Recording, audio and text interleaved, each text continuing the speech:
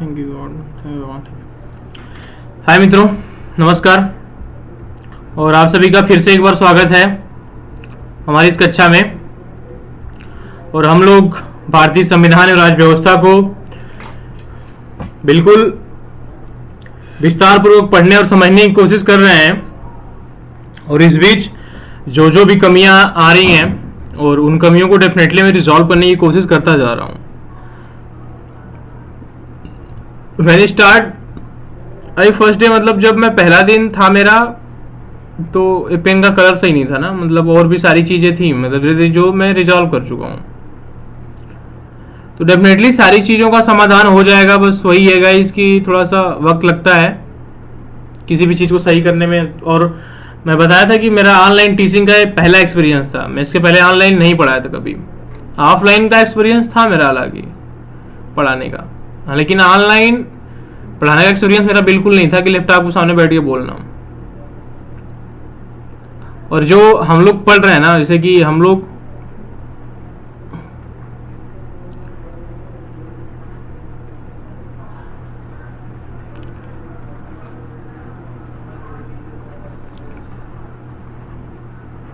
इस सब्जेक्ट को पढ़ रहे हैं, मतलब जो ये सब्जेक्ट है, जो ये हमारा विषय है ना, जो हमारे सिलेबस में मेंशन है। आप स्टेट पीएससी के देखेंगे या यूपीएससी के देखेंगे, तो हम लोग इसके जितने भी पहलू होते हैं ना, जैसे भारतीय संविधान और पॉलिटी में जितनी भी वो चीजें आ रही है ना, मतलब उन चीजों को बिल्कुल समझने के क्रम में और बिल्कुल क्रमवार तरीके से उनको समझते हुए चलते रहे हम लोग। इस बीच हालांकि कमियां हर इंसान में होती हैं, और आई एक्सेप्ट दैट कि हाँ, हमारे में कमी जरूर होगी। मैं इस चीज से बिल्कुल नकार नहीं सकता कि नहीं, मैं बिल्कुल एब्सोल्यूट हूं या एब्सोल्यूट पढ़ा रहा हूं मैं। बट हाँ, अगर वो मुझे पता चलेगी कि what's my mistake, then definitely I will resolve that. अगर मुझे पता चलती है कि हाँ मेरी ये कमियां हैं, तो डेफिनेटली मैं उनको दूर करने की जरूर कोशिश करूंगा, चाहे जिस एंड पे हो, चाहे वो कंटेंट के लेवल पे, चाहे पढ़ाने के लेवल पे हो, चाहे वो टेक्निकल लेवल पे हो। लेकिन अगर मुझे पता चलती है तो मैं डेफिनेटली रिजॉल्व करूंगा। और गाइज बी ऑनेस्टली मैं कह रहा हूं कि मेरा कोई बहुत बड़ा उद्देश्य नहीं है कि मैं बहुत प्रॉफिट कमा के जाऊं या बहुत प्रॉफिट बना के जाऊं यहाँ से। नो, बस मुझे भी एक्सपीरियंस ये था पढ़ाने का। और डेफिनेटली बहुत सारे ऐसे लोग भी होते मेरी तरह की जो हर चीज अफोर्ड नहीं कर सकते, तो मैं, और उनको स्टेट पीएससी और बनना उनका सपना है ऑफिसर, उनकी जर्नी में मैं डेफिनेटली थोड़ा सा हेल्प कर सकता हूं उनको। और जो ये मैं 2 सब्जेक्ट बोला था पढ़ाने के लिए, जीएस पेपर 2 में इंडियन कॉन्स्टिट्यूशन पॉलिटी, मतलब इंटरनेशनल रिलेशन में पढ़ा दूंगा मैं, और एक सब्जेक्ट और पढ़ा दूंगा मॉडर्न हिस्ट्री। और अगर आप लोगों का सपोर्ट रहा तो मैं एथिक्स भी लेके आऊंगा। इन सारी चीजों में मैं बिल्कुल आपका कमांड बनवा दूंगा, और फ्री ऑफ कॉस्ट पढ़ाया जा रहा है आपको, आपसे कोई फीस नहीं ली जा रही इसके लिए। तो वही है कि चीजों का थोड़ा आप सम्मान करिए। और बहुत सारे लोगों का बहुत अच्छा कमेंट आता है। आई एम थैंकफुल फॉर कि आप लोगों ने इतना प्यार भी दिया मुझे, और इतना सम्मान देने के लिए भी आप लोगों का तहे दिल से धन्यवाद। और डेफिनेटली मैं आप लोगों के लिए हमेशा बेहतर करने की कोशिश करता हूं, और हर रोज मैं यही सोच के आता हूं कि कल से बेहतर करूंगा। आज जो कमियां रहेगी मैं डेफिनेटली उनको दूर करूंगा, और नेक्स्ट क्लास में उनको सुधारने या सही करने की कोशिश करूंगा। आपके एंड पे जो भी पॉसिबल हो आप डेफिनेटली सजेस्ट मी, और मैं गाइस बिलीव में मैं सब दूर कर दूंगा। और बिलीव करो, अगर डॉक्टर की दवा खा रहे हो तो उस पर बिलीव करो। आप जाके पता कर लेना, आप कहीं भी पढ़ता हो कोई ना, उससे जाके आप डायरेक्टली डिस्कशन कर लेना, डायरेक्टली जाके मिला लेना, आपको अंदर साफ समझ में आएगा। स्लाइड से पढ़ लेते हो आप ना, जैसे स्लाइड से मैं भी पढ़ा सकता हूँ, स्लाइड बना के लिख दूं, यहाँ पे बोल दूं, यहाँ पे पढ़ दूं, लेकिन आपको चीजें ना बिल्कुल सबकॉन्शियस माइंड में आपके जाएंगी नहीं वो चीजें। और जो चीजें एग्जाम हाल तक नहीं जाए उन चीजों का कोई मतलब नहीं होता है, आप कितना भी पढ़ लो। ठीक, तो बिना समय का हम लोग स्टार्ट करते हैं। 1 मिनट ना, थोड़ा सा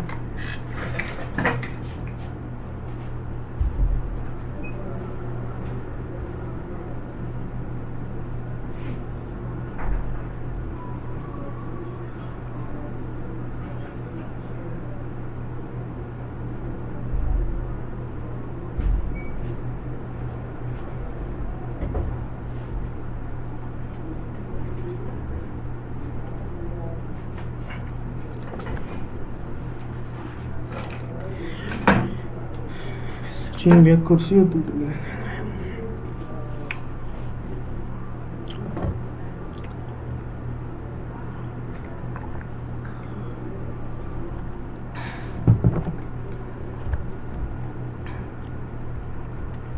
और हम लोग स्टार्ट करते हैं अब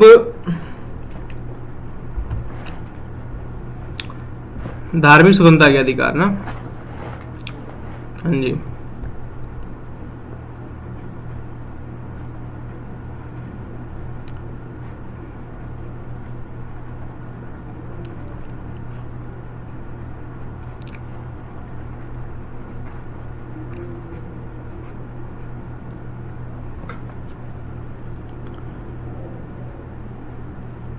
हाँ जी, इसमें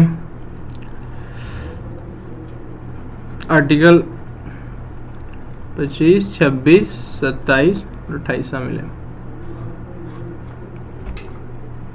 ठीक, और हम लोग स्टार्ट करते हैं कि अनुच्छेद 25 में क्या है कि सभी व्यक्तियों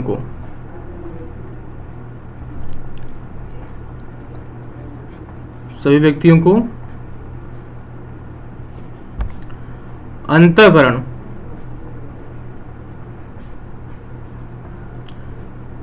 की स्वतंत्रता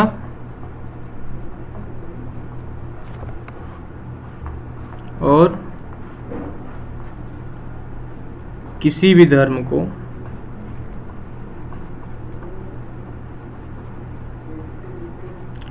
अबाध रूप से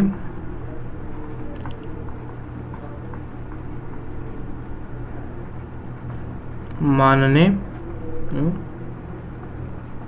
आचरण एवं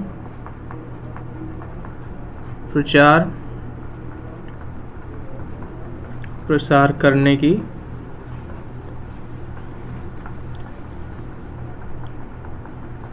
स्वतंत्रता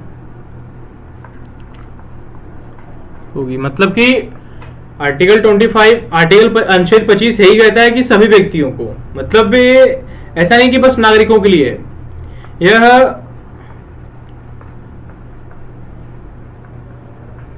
नागरिकों के साथ साथ विदेशी को भी प्राप्त है।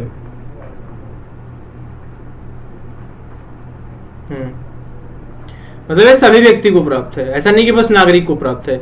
मतलब सभी व्यक्तियों को अंतःकरण की स्वतंत्रता होगी, सभी व्यक्ति को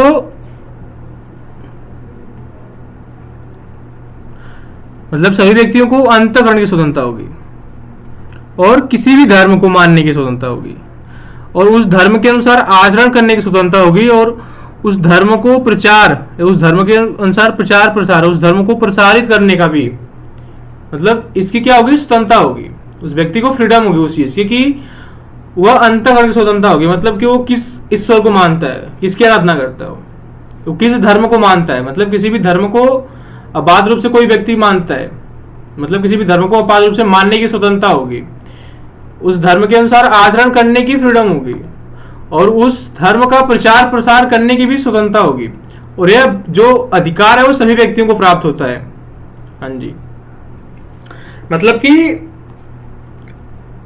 अनुच्छेद 25 के साथ सभी व्यक्तियों को उनके अपने मनपसंद ईश्वर की आराधना करने की स्वतंत्रता होगी।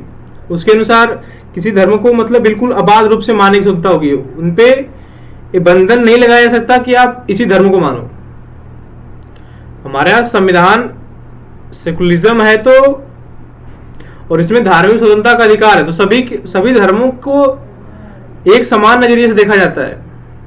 इसमें कोई भी धर्म ऊंचा नीचा नहीं है, हर धर्म को राज्य समान नजरिए से देखता है। तो इसमें सभी व्यक्तियों को धर्म को अबाध रूप से मानने की स्वतंत्रता होगी। हर व्यक्ति अपने अनुसार अपने धर्म को मान सकता है और वह व्यक्ति अपने धर्म के अनुसार ही आचरण कर सकता है। किसी का आचरण है कि हम जाके मंदिर में घंटी बजाएंगे, हम जाके नमाज पढ़ेंगे तो नमाज पढ़ सकता है। कोई जाके हिंदू धर्म का प्रचार प्रसार कर सकता है तो कोई जाके मुस्लिम धर्म का भी प्रचार प्रसार कर सकता है। ये हमारा संविधान या हमारे भारतीय संविधान के अनुच्छेद 25 में व्यवस्था की गई है। ठीक। और जिसमें हम लोग समझेंगे कि अंतःकरण स्वतंत्रता क्या होती है। जैसे लिखो आपकी अंतःकरण की स्वतंत्रता, देखिए कि किसी व्यक्ति को ईश्वर गॉड या उसके रूपों के साथ अपने ढंग से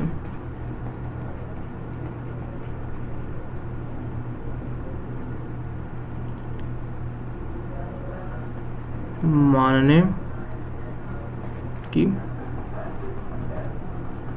स्वतंत्रता होगी। क्या है कि व्यक्ति की आंतरिक स्वतंत्रता है।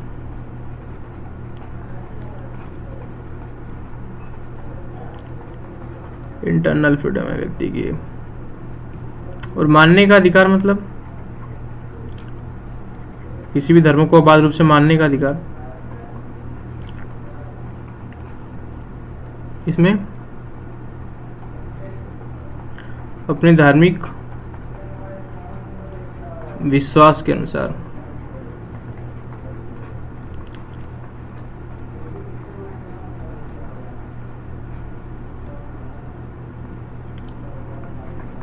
आस्था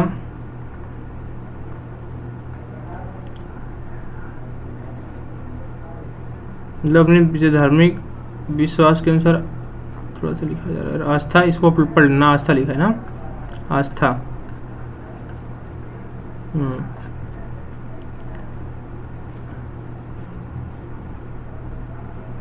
कि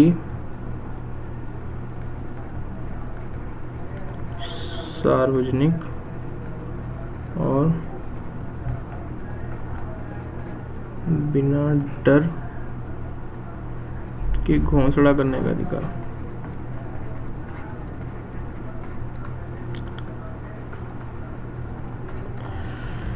इसको समझ लीजिए आपकी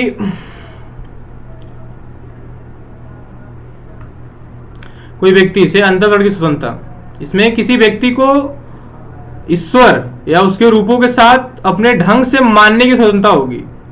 मतलब किसी व्यक्ति की आंतरिक स्वतंत्रता क्या होगी किसी धर्म को मानने के लिए। किसी भी एक व्यक्ति को या तो वो पत्थर की पूजा कर सकता है, मूर्ति की पूजा करे, कि वो जमीन की पूजा करे और किसकी पूजा करे, मतलब उसमें उसका उस व्यक्ति का किस में फेथ है, उस चीज को लेके उसका किस चीज में विश्वास है। एक व्यक्ति एक पत्थर को भी पूछ सकता है, एक नदी को भी पूछ सकता है।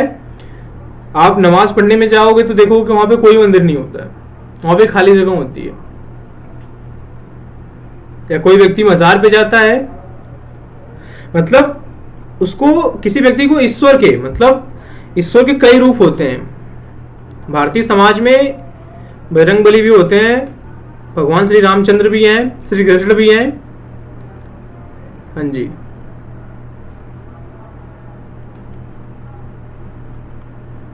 और हम लोग इस्लाम धर्म के अनुसार,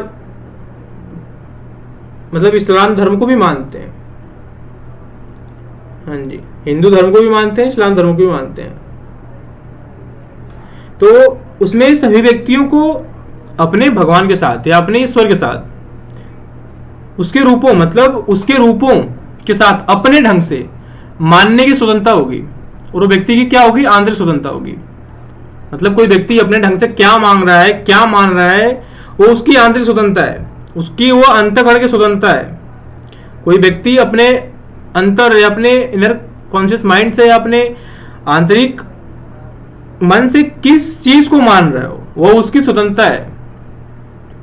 और मानने का अधिकार मतलब किसी भी धर्म को अबाध रूप से मानने का अधिकार में, मतलब अपने धार्मिक विश्वास के अनुसार आस्था की सार्वजनिक और बिना डर के घोषणा का अधिकार।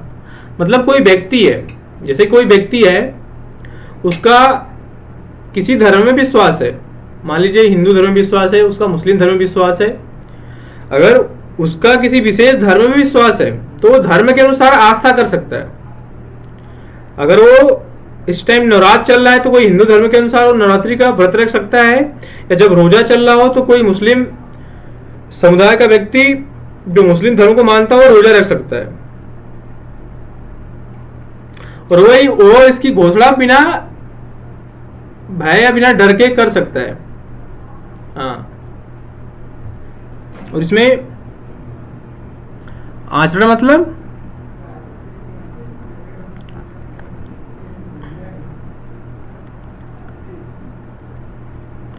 आचरण की स्वतंत्रता में, आचरण स्वतंत्रता के अधिकार में कि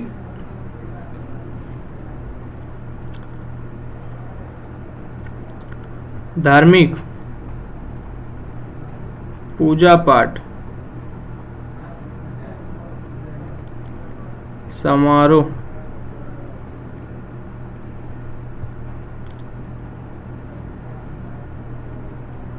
के माध्यम से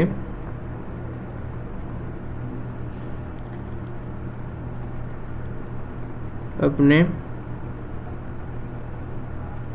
विचारों का प्रदर्शन करना। मतलब आचरण की स्वतंत्रता मतलब धार्मिक पूजा पाठ, कि हम जिस धर्म को मान रहे हैं उसके अनुसार आचरण करें। हम पूजा पाठ कर सकते हैं, हम हवन कर सकते हैं ना, हाँ, ओम नमः शिवाय भी बोल सकते हैं वहाँ। जैसे हवन होता है, पूजा होती है, या कोई समारोह इकट्ठा कर सकते हैं हम। मतलब कि हम जिस धर्म को मानते हैं उस धर्म के अनुसार हम आचरण कर सकते हैं, और उसको जो हमारा धार्मिक आचरण होगा उसको अपने जो हमारे अंदर विचार होगा उस धार्मिक आचरण को लेके हम उसको प्रदर्शित कर सकते हैं कहीं पे, ये समारोह में या पूजा पाठ है, कहीं भी हम उसको मतलब प्रदर्शित कर सकते हैं। हालांकि जो फंडामेंटल राइट है उस पर रीजनेबल रिस्ट्रिक्शन है, उसको हम आगे देखेंगे, लेकिन अभी आप इतना ही समझो बस।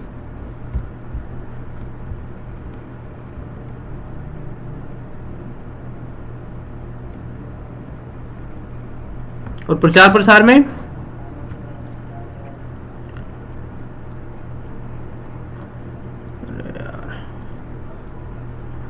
जरूर वो लिखा गया, प्रचार प्रसार करने का अधिकार।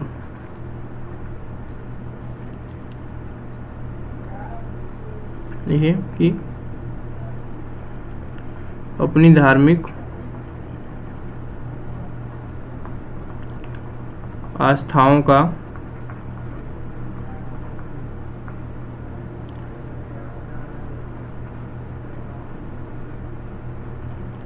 अन्य के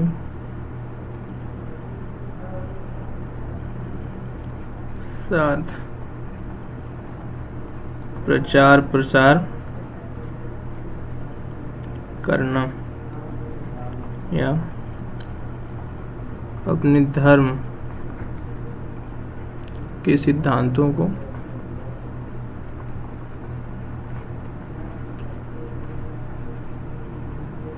प्रकट करना। ठीक, परंतु किसी व्यक्ति के साथ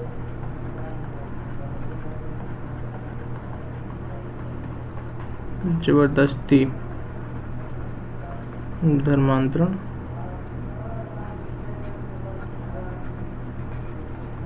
नहीं कराया जा सकता है।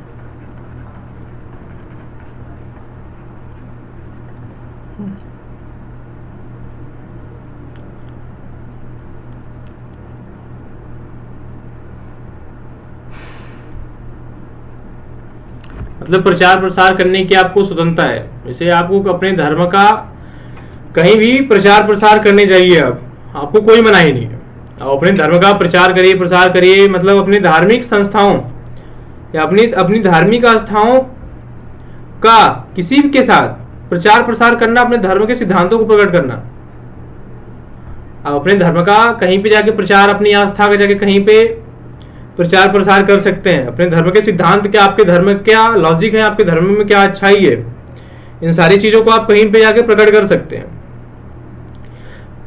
लेकिन किसी के साथ अगर कोई व्यक्ति अपने से या अपने सुविवेक या स्व इच्छा से कोई व्यक्ति निर्णय लेता है कि हाँ, हमें आपके धर्म को, जो आप जिस धर्म का प्रचार प्रसार कर रहे हैं, कि हमें आपके धर्म को अपना लेना चाहिए, तो ठीक है। लेकिन आप उसके साथ किसी भी प्रकार की जबरदस्ती करके, उस व्यक्ति को कोई लोभ देके या किसी भी प्रकार की आप उस व्यक्ति के साथ जबरदस्ती करके धर्मांतरण नहीं करा सकते।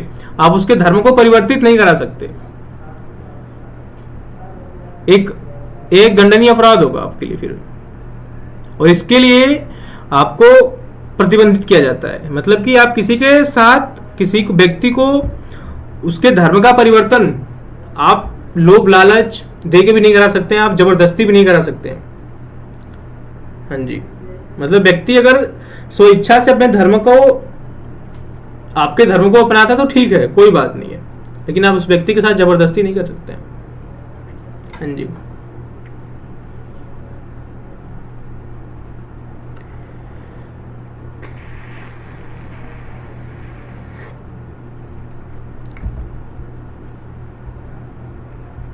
लिखिए इसमें, लिखिए कि इसमें हिंदू, एक शब्द लिखिए हिंदू। देखिए हिंदू से तात्पर्य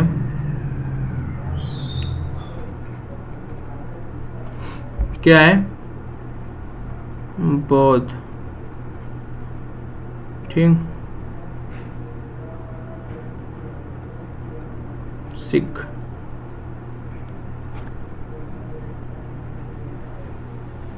हिंदू,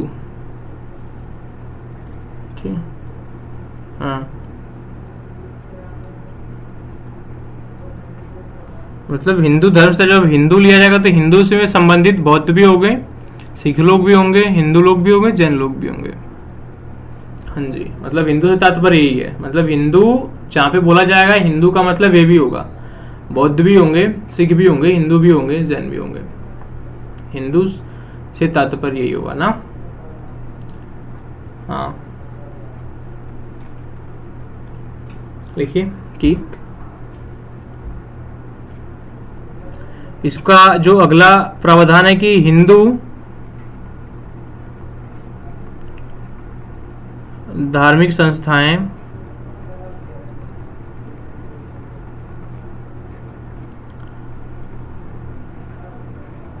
सभी वर्गों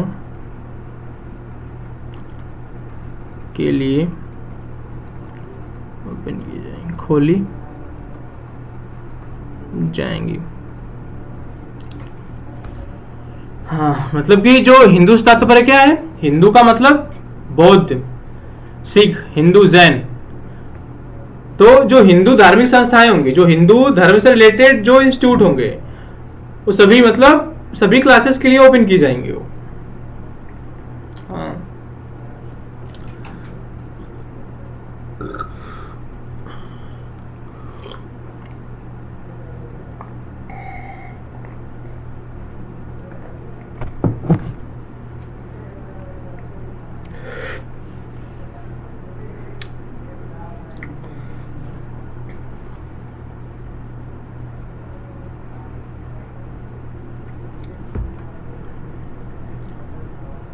ठीक।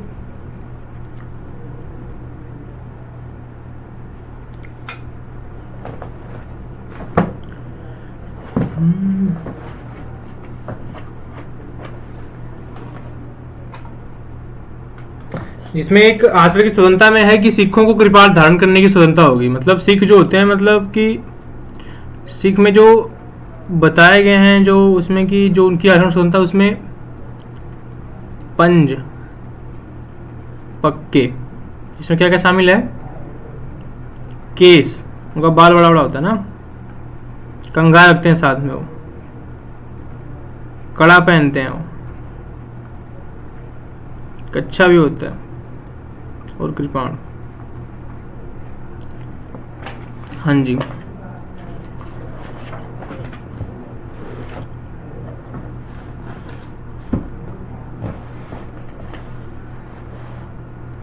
दवा खा लो।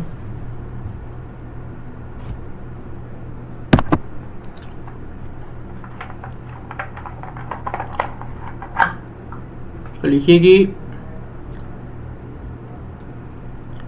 सिखों को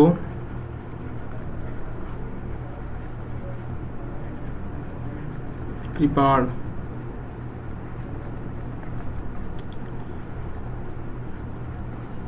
धारण करने की स्वतंत्रता होगी।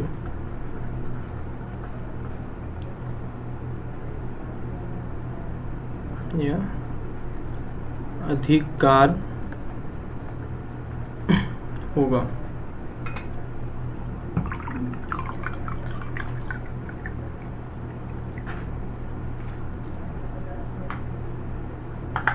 मतलब सिख में जो सिख धर्म में जो आचरण आते हैं, जैसे कि उसमें उसको पंचपक्के बोलते हैं। पंचपक्के में केस, कंघा, कड़ा, कच्छा, कृपाण शामिल होता है, जो कि उनकी धार्मिक आस्था के अनुसार उनको ये आचरण करने की, मतलब उसके धर्म, उन लोगों के धर्म में मतलब इसका प्रावधान है पंचपक्के का।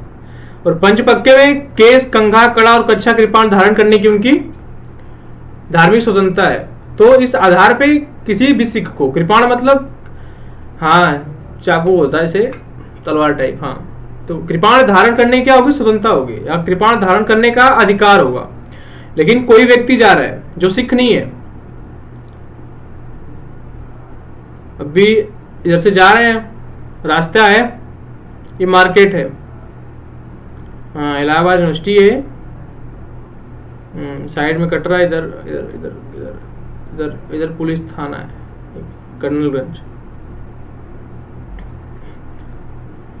मतलब कहीं भी हो, जैसे कि मतलब मैं इलाहाबाद तो बता दिए, जैसे कि सॉरी मतलब कहीं भी आप जा रहे हो, जैसे कि कोई वैसे कहीं जा रहे हैं यहाँ पे, और यहाँ से भाई साहब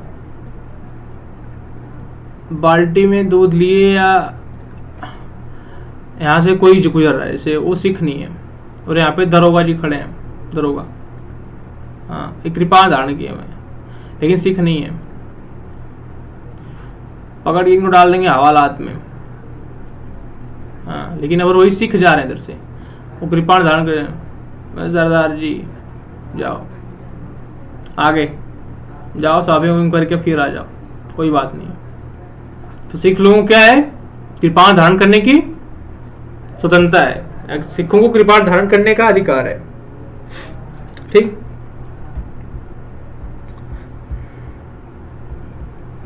ये जो धार्मिक स्वतंत्रता है, देखिए कि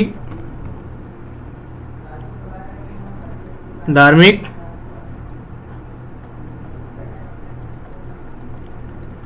स्वतंत्रता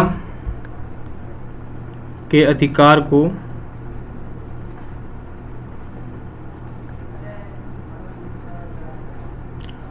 तीन आधारों पर सीमित किया जा सकता है।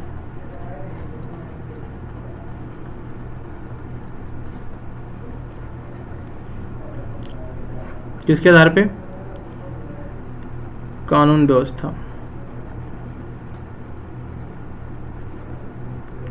सेकेंड स्वास्थ्य, थर्ड सदाचार।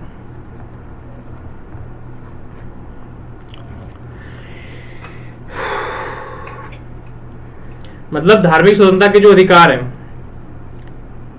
उसको भी सीमित किया जा सकता है, किस आधार पे, कानून व्यवस्था के आधार पे। अगर कोई धर्म ऐसा है जो कानून व्यवस्था के लिए खतरा उत्पन्न कर सकता है, तो आपकी धार्मिक स्वतंत्रता पे, जैसे कोई धार्मिक संगठन है या कोई धार्मिक समारोह का आयोजन करना है, और इस समारोह में, धार्मिक समारोह की आड़ में कोई व्यक्ति है जो दंगे भड़का सकता है, जो कानून व्यवस्था के लिए खतरा है, तो इसको रोका जा सकता है। स्वास्थ्य के लिए, जैसे कि एक संलेखना विधि होती है,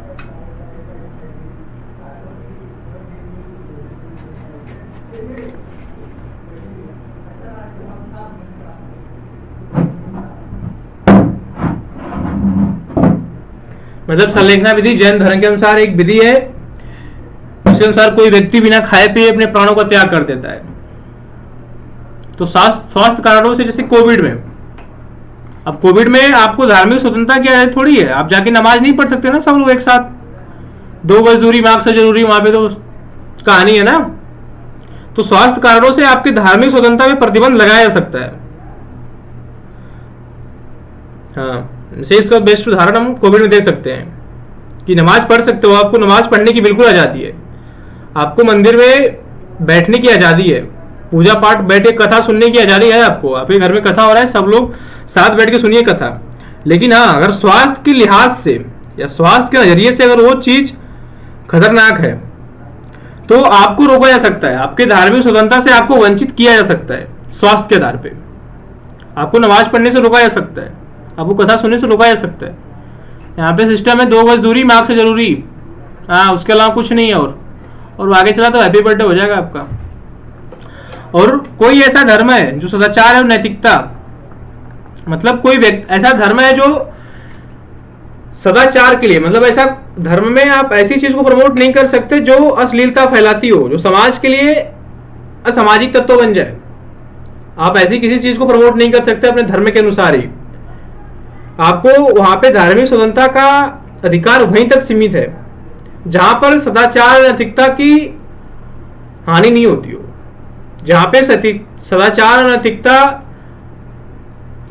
में दुविधा उत्पन्न होगी, आपकी धार्मिक स्वतंत्रता की लिमिटेशन वहीं तक होगी और आपकी धार्मिक स्वतंत्रता के अधिकार से आपको वंचित किया जा सकता है। और उसका यही आधार है कानून व्यवस्था, स्वास्थ्य, सदाचार। मतलब कानून व्यवस्था मतलब आप कोई ऐसा संगठन बना रहे हो, इसे संगठन की आड़ में आप दंगे भड़का सकते हो, तो कानून व्यवस्था के लिए खतरा है, तो आपको वहां पे धार्मिक स्वतंत्रता की आजादी नहीं होगी। स्वास्थ्य कारणों से सबसे बेस्ट एग्जाम्पल हम लोग कोविड में देख चुके हैं कि आपको नमाज पढ़ने की आजादी है, आपको घर में कथा बांटने की आजादी है, सुनने की आजादी है, लेकिन कोविड में नहीं है। बिकॉज कोविड में एक संक्रामक बीमारी है जिसमें इन्फेक्शन होता है, तो इसमें दूरी, मतलब 2 गज दूरी मास्क से जरूरी, तो यहाँ पे स्वास्थ्य कारण के लिहाज से खतरा है, तो आपको यहाँ पे रोका जा सकता है नमाज पढ़ने से, कथा सुनने से, या कुछ भी जहां पे भीड़ इकट्ठा हो। तो सदाचार, नैतिकता, आप किसी धर्म को ऐसे किसी धर्म को प्रमोट नहीं कर सकते जिसमें अश्लीलता फैलाई जाती हो। जहां पे नैतिकता बाधित होगी, आपके धार्मिक स्वतंत्रता का उल्लंघन होगा और आपकी धार्मिक स्वतंत्रता को अंकुश लगाया जा सकता है। Be understood? ओके। हाँ जी, हाँ जी। और परीक्षा में ना सबसे अच्छा स्टेटमेंट, चाहे प्रीलिम्स हो चाहे मेंस, मतलब इरिलेवेंट ज़्यादा है, इसमें बोले तो इम्पोर्टेंट ना।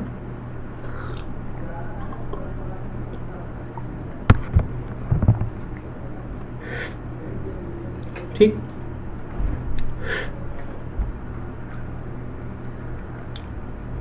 कुछ इशू देख लेते हैं हम लोग, 1-2 इशू ना, जो कि देखिए कि धर्म के अनुसार आचरण की स्वतंत्रता ना, धर्म के अनुसार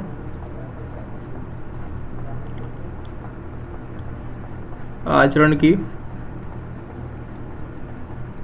स्वतंत्रता।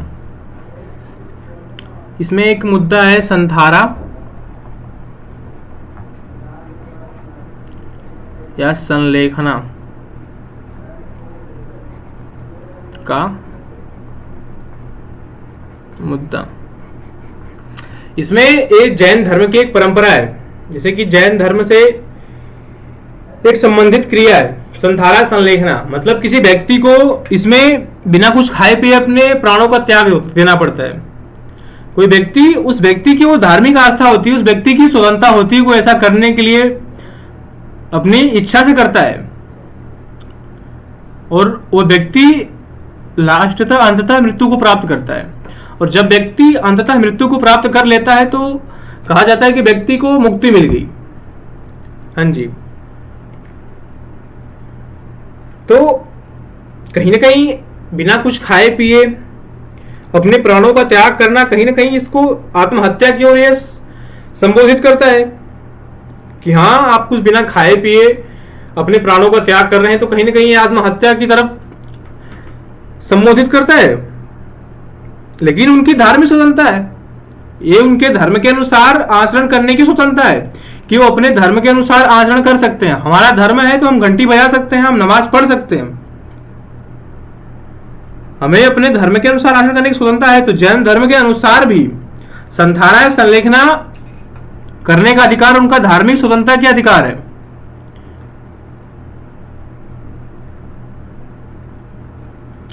तो हालांकि इसमें जयपुर हाईकोर्ट ने संथारा या संलेखना को क्या कर दिया, इनवैलिड कर लिया, मतलब इस पे रोक लगा दिया। लेकिन सुप्रीम कोर्ट फिर से इसको बहाल कर देती है, बोलती है कि नहीं, उनके धार्मिक आचरण की स्वतंत्रता है। अब लिख लो इसको कि संथारा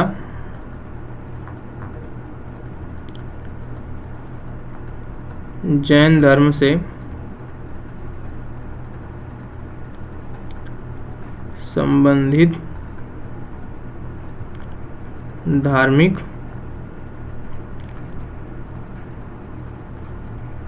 क्रिया है। मुंह से बोल यार।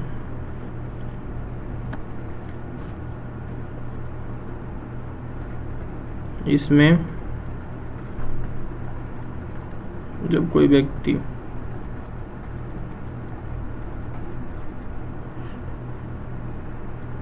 अन्न जल, अब सांस तो लेगा ही ना, त्याग करके अपने प्राणों का त्याग करता है,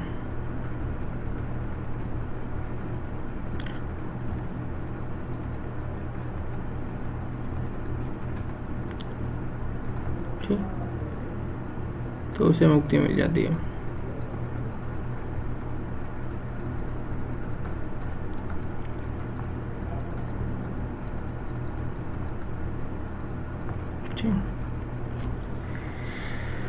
और आर्टिकल 21 के अनुसार क्या होगा, संथारा आत्महत्या होगा। और आर्टिकल 25 के अनुसार धार्मिक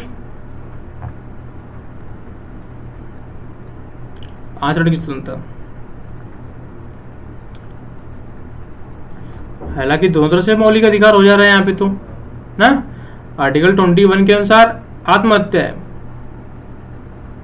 और आर्टिकल 25 के तहत क्या है, धार्मिक आचरण की स्वतंत्रता है। उस व्यक्ति की धार्मिक आचरण जो भी हो, वो अपने धर्म के अनुसार आचरण कर सकता है, उसकी धार्मिक स्वतंत्रता है। तो इसको जयपुर हाई कोर्ट ने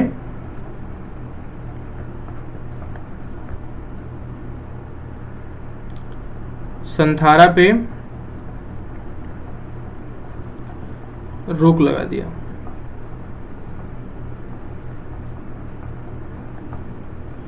ठीक,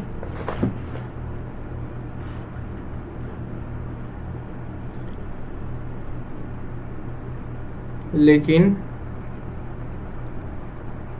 सर्वोच्च न्यायालय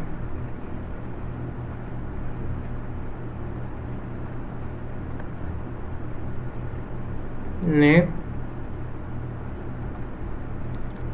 संथारा को मान्यता दी। ठीक, जी, समझ तो लिए हम लोग इसको।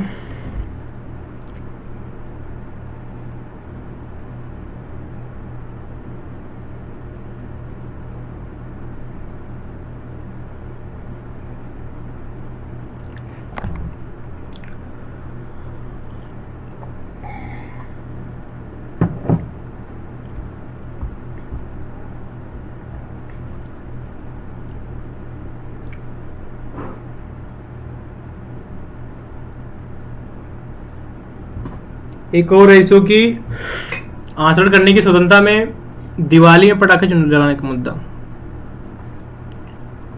दिवाली में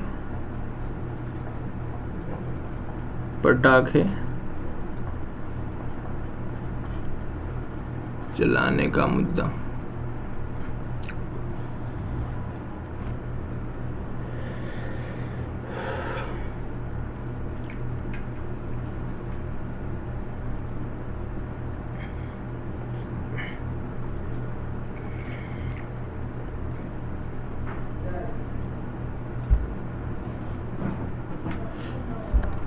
तो लिखो आपकी जैसे दिवाली में पटाखे जलाने से, जैसे कि कोई शहर है, शहर में तो वैसे ही पेड़ बहुत कम होते हैं और प्रदूषण भर भर के है शहर में। आप दिल्ली जैसे शहर में रहते हैं, मैं तो दिल्ली गया हूँ, दिल्ली में देखा हूँ, वहां अगर पानी आप पियोगे ना तो लगेगा कि क्या पी रहा हूं मैं। और शहर में पेड़ बहुत कम होते हैं गांव के अपेक्षा, या गांव के ग्रामीण इलाकों से अगर तुलना की जाए तो शहर में बहुत पेड़ कम होते हैं। और आप उसी में पटाखे सबसे ज्यादा शहर में जलाए जाते हैं, तो प्रदूषण तो होगा ना। पेड़ लगाते नहीं हो आप, इतना कंजेस्टेड एरिया आपका, पहली बात तो। और ऊपर से आप पटाखे इतना ज्यादा चला रहे हो कि मतलब हर तरफ अंधेरा ही अंधेरा छा गया पटाखों से, धुआं ही धुआं है। हाँ, हर तरफ धुआं ही धुआं। तो आर्टिकल 21 के तहत स्वच्छ जीवन के अधिकार में जब मेनका गांधी केस में जब जीवन के अधिकार की व्यापक व्याख्या की गई, तो उसमें स्वच्छ पर्यावरण का भी अधिकार था कि हर व्यक्ति को स्वच्छ पर्यावरण का अधिकार होगा। तो आप आर्टिकल 21 को बाधित कर रहे हैं कि नहीं कर रहे हैं? आर्टिकल 21 के अनुसार जीवन के अधिकार के अंतर्गत स्वच्छ पर्यावरण का अधिकार है, तो आप दिवाली में पटाखे जला के पर्यावरण को दूषित कर रहे हैं। तो किसी व्यक्ति के जीवन के अधिकार की आप उल्लंघन कर रहे हैं कि नहीं कर रहे हैं? किसी व्यक्ति के जीवन के अधिकार का उल्लंघन कर रहे हैं आप। हाँ, और एमसी मेहता केस 2002 में स्वच्छ पर्यावरण को मौलिक अधिकार घोषित किया गया था। हाँ, तो मतलब एक केस होता है टोडलर्स केस। हाँ, अब लिखो इसको पहले ना, लिखो टोडलर्स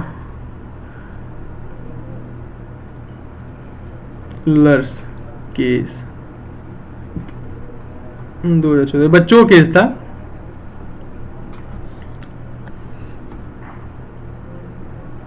इसमें यह मांग की गई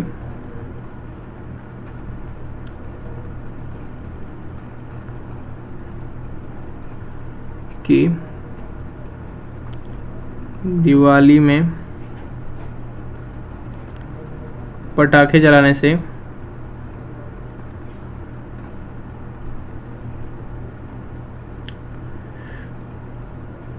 अनुच्छेद 21 के अनुसार गरिमा में पूर्ण जीवन का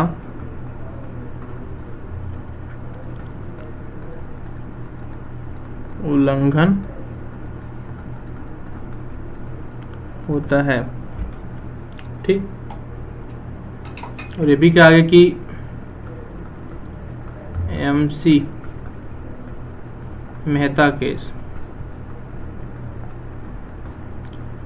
2002 में स्वच्छ पर्यावरण को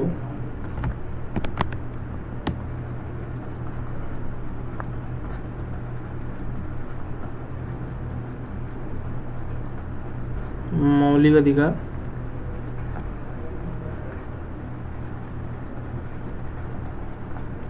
घोषित किया गया।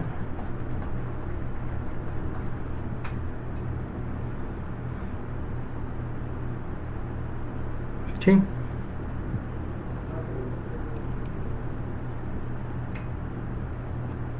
और याचिकाकर्ताओं ने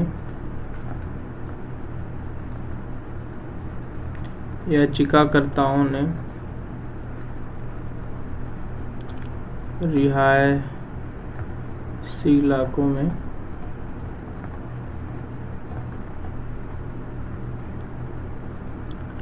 पटाखा जलाने पे रोक लगाने की मांग की।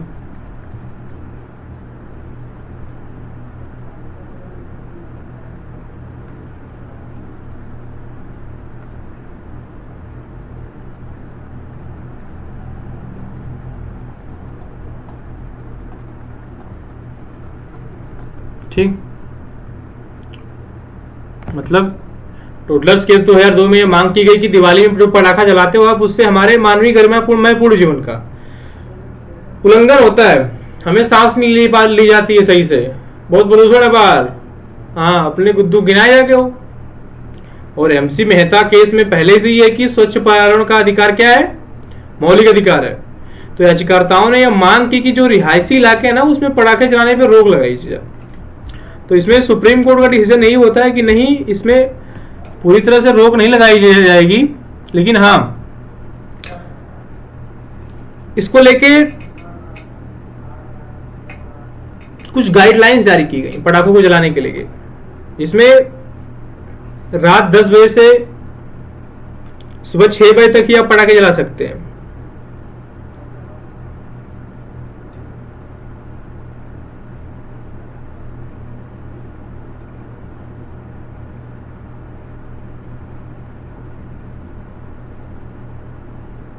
नहीं, इसमें रात में आप पटाखे नहीं जला सकते, मतलब कि रात 10 बजे से और सुबह 6 बजे तक आप पटाखे नहीं जला सकते हैं। और जो पटाखे होंगे वो रिहायशी इलाके में नहीं जलाए जाएंगे। अगर आपको पटाखे जलाना है तो आप कहीं खुली जगह जाओ, कहीं खेत में चले जाओ, आप जाके पटाखे जला लो। आप कहीं कछार है, कहीं नदी के किनारे आप चले जाओ, वहां पे पटाखे जला लो। ठीक, देखो कि सुप्रीम कोर्ट ने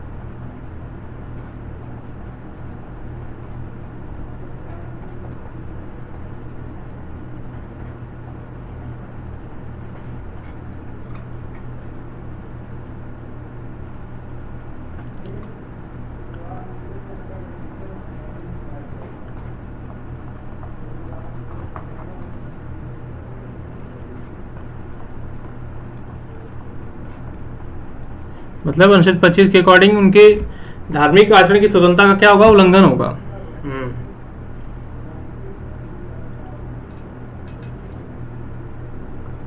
लेकिन सुप्रीम कोर्ट ने पटाखे जलाने पर सीमा लगाई। ठीक, तो सीमा क्या थी कि रात में पटाखे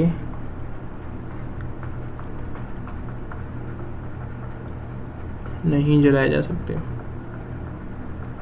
और रात का मतलब रात 10 AM से 10 PM से मॉर्निंग 6 AM। ठीक, हाँ जी।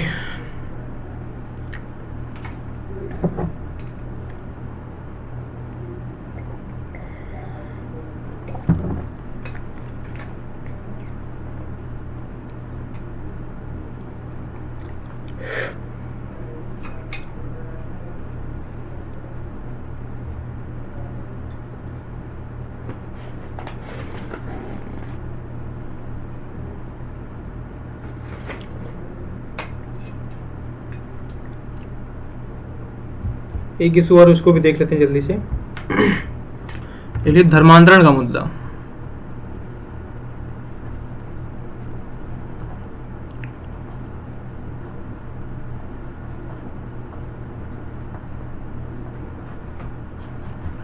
ठीक, वो शिफ्ट एक सेकंड गाइस।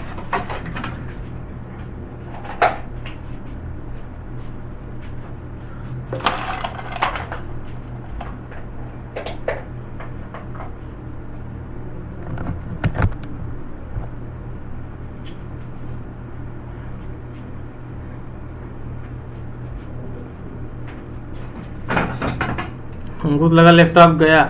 हाँ, थैंक यू भगवान। मतलब धर्मांतरण के मुद्दे में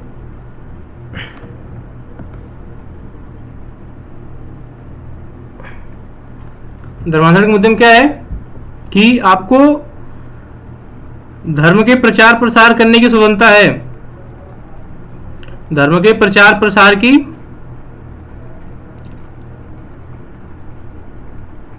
स्वतंत्रता है आपको, ठीक। हाँ, और इसके अंतर्गत धर्मांतरण करवाना भी शामिल है।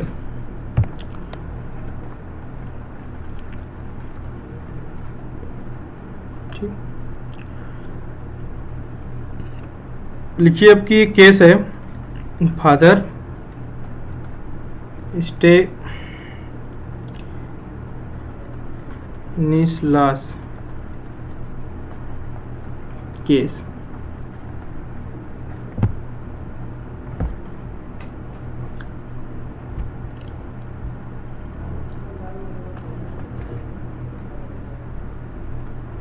कि लिखे कि इसमें न्यायालय के अनुसार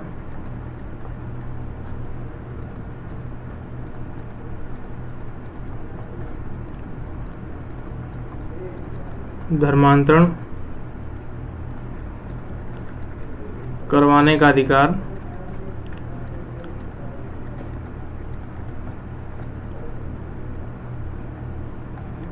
मौलिक अधिकार नहीं है।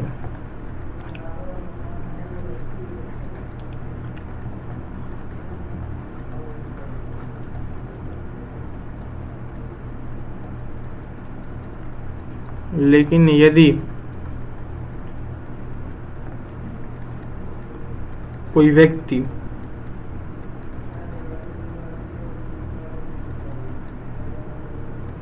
स्वेच्छा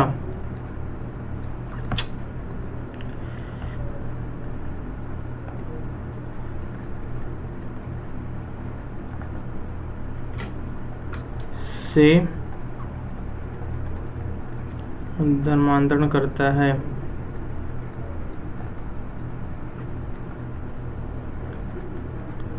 तो यह उसका क्या होगा, मौलिक अधिकार होगा।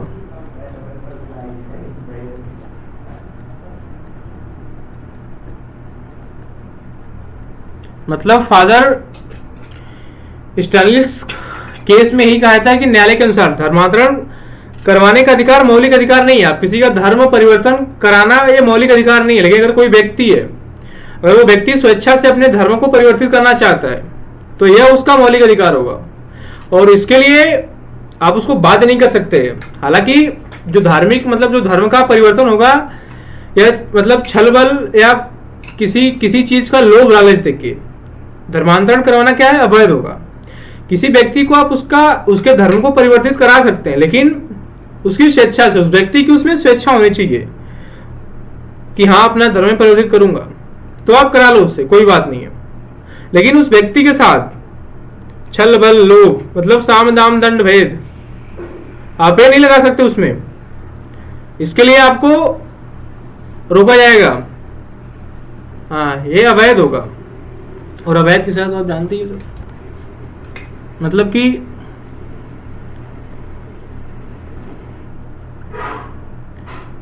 व्यक्ति को छल बल लोभ लालच से धर्मांतरण करवाना। समझ लो, आप बोल तो रहा हूं ना, नहीं लिख समझ में आ रहा जो लिख रहा हूं तो मतलब व्यक्ति को छल बल लोभ लालच से धर्मांतरण करवाना अवैध होगा।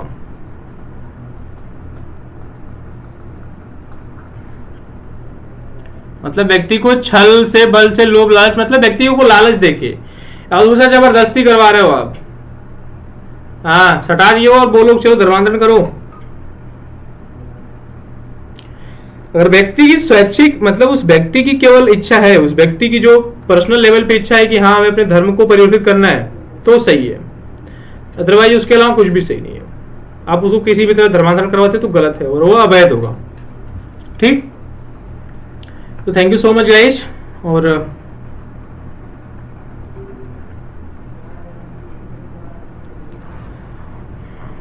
थैंक यू सो मच और जय हिंद।